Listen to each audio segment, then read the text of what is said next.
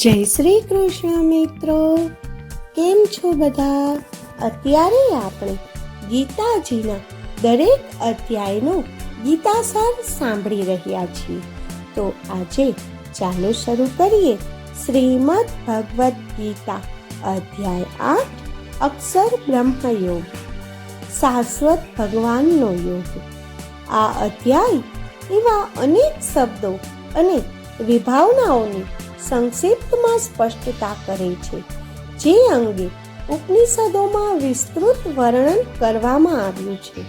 તેમાં એ પણ વર્ણન કરવામાં આવ્યું છે કે મૃત્યુ પશ્ચાત આત્માના ગંતવ્યનો નિર્ણય કયા આધારે થાય છે. જો દેહત્યાગ સમયે આપણે ભગવાનનું સ્મરણ કરી શકીએ તો નિશ્ચિત રૂપે તેમની પ્રાપ્તિ થશે.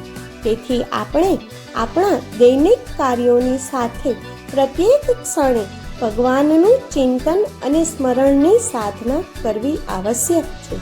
આપણે તેમની વિશેષતાઓ, લક્ષણો અને ગુણોનું ચિંતન કરીને તેમનું સ્મરણ કરી શકીએ છીએ. આપણે નામ સંકીર્તન દ્વારા દ્રઢતા સાથે તેમનું યોગિક ધ્યાન ધરવું પણ અતિ આવશ્યક છે. જ્યારે અનન્ય ભક્તિ દ્વારા આપણે મનને તેમનામાં પૂર્ણપણે તલ્લીન કરી દઈએ છીએ, ત્યારે આપણે આ માયિક પરિમાણોથી પરે આધ્યાત્મિક ક્ષેત્રમાં ગતિ કરીએ છીએ. પશ્ચાત આ અધ્યાય ભૌતિક ક્ષેત્રમાં વિદ્યમાન વિવિધ લોક અંગે ચર્ચા કરે છે.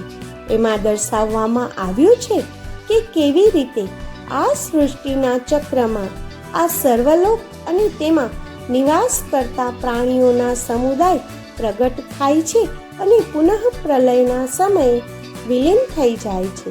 પરંતુ આ પ્રગટ અને અપ્રગટ સૃષ્ટિથી પરે ભગવાનનો દિવ્ય લોક છે. જેઓ પ્રકાશના માર્ગનું અનુસરણ કરે છે તેઓ અંતે દિવ્ય લોકમાં પ્રવેશ કરે છે અને આ નશ્વર સંસારમાં કદાપી પાછા ફરતા નથી. જ્યારે જે લોકો અંધકારના માર્ગનું અનુસરણ કરે છે તેઓ જન્મ, રોગ, વૃદ્ધાવસ્થા અને મૃત્યુના અનંત ચક્રમાં દેહાંતરણ દ્વારા ફર્યા જ કરે છે. જય શ્રી કૃષ્ણ, જય દ્વારકાધીશ.